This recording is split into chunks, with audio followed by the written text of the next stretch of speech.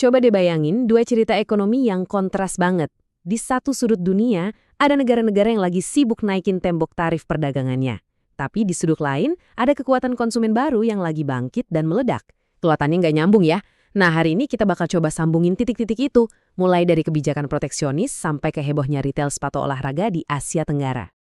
Oke, jadi agenda kita hari ini tuh kayak zoom in deh. Kita mulai dari gambaran super besar di level global, terus kita bakal nyelam ke jantungnya ledakan konsumen di Indonesia. Dari situ kita fokusin lagi ke satu industri yang lagi panas-panasnya, kenalan sama juaranya di pasar itu, dan terakhir kita zoom out lagi buat lihat ini semua artinya apa sih buat masa depan ekonomi kita semua.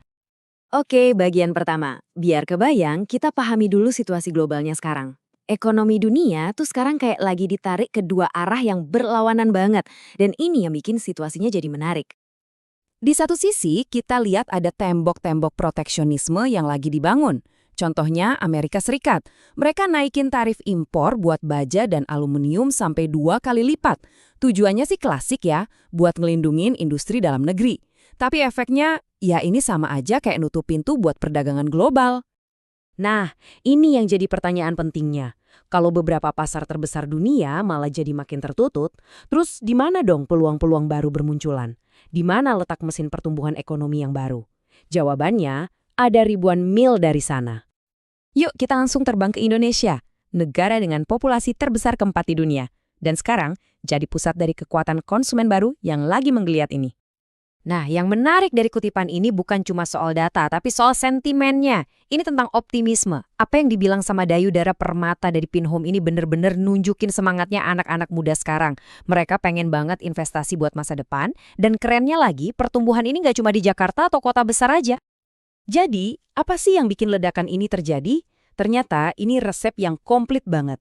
Pertama, ada infrastruktur gede-gedean kayak tol Trans Sumatera yang ngebuka daerah-daerah baru. Kedua, ada kebijakan pemerintah yang bikin konsumen jadi lebih pede buat belanja. Ketiga, dan ini yang paling penting, demografi.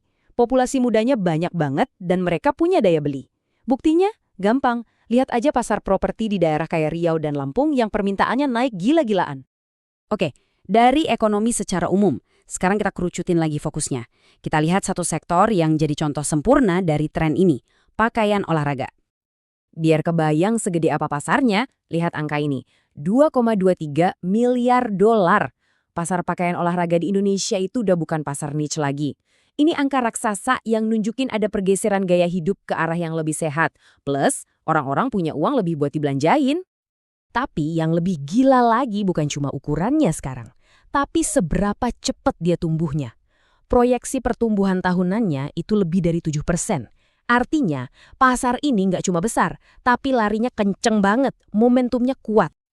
Dan ini puncaknya, kurang dari 10 tahun lagi, pasarnya diprediksi bakal nambah 1 miliar dolar lagi. Jadi, intinya gini, ada kue bernilai miliaran dolar yang siap dipotong dan dibagikan. Nah, pertanyaan selanjutnya kan jelas, siapa yang paling siap buat nikmatin kue raksasa ini? Siapa pemain utamanya? Oke, sekarang kita geser dari apa ke siapa.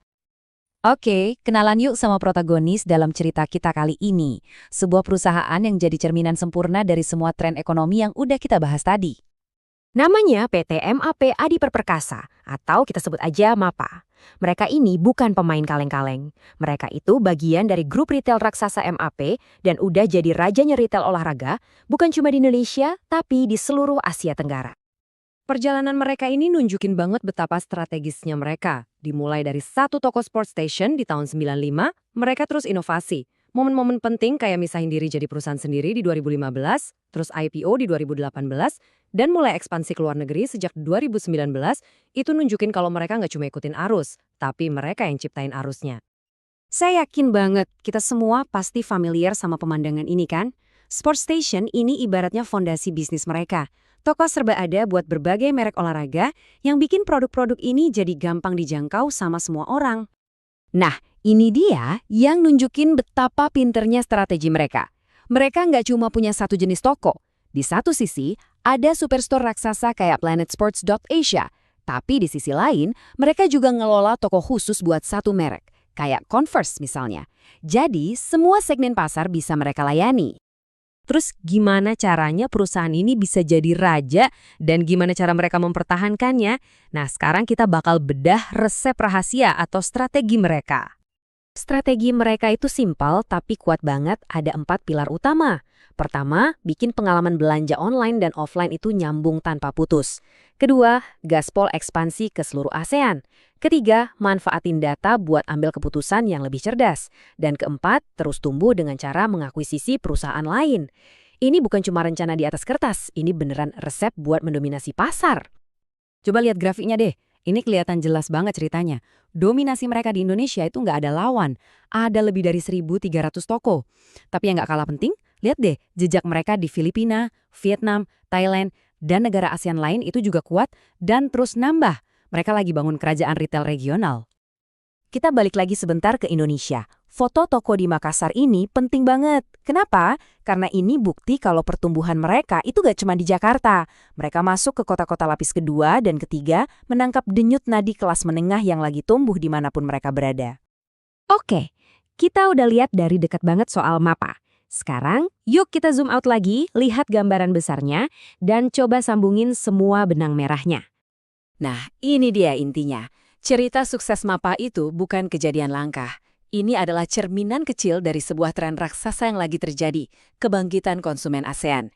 Perusahaan ini cuma salah satu contoh gimana bisnis lokal bisa memanfaatkan energi, daya beli, dan optimisme dari hampir 700 juta orang di kawasan ini. Dan ini ninggalin kita sama satu pertanyaan buat direnungin. Di saat kita lihat beberapa negara maju ekonominya mulai masuk ke dalam, mungkin babak baru pertumbuhan global itu nggak ditulis di sana lagi. Mungkin babak itu lagi ditulis sekarang, di pasar-pasar dinamis Asia Tenggara, oleh perusahaan-perusahaan lokal yang paling ngerti konsumennya. Gimana menurut Anda?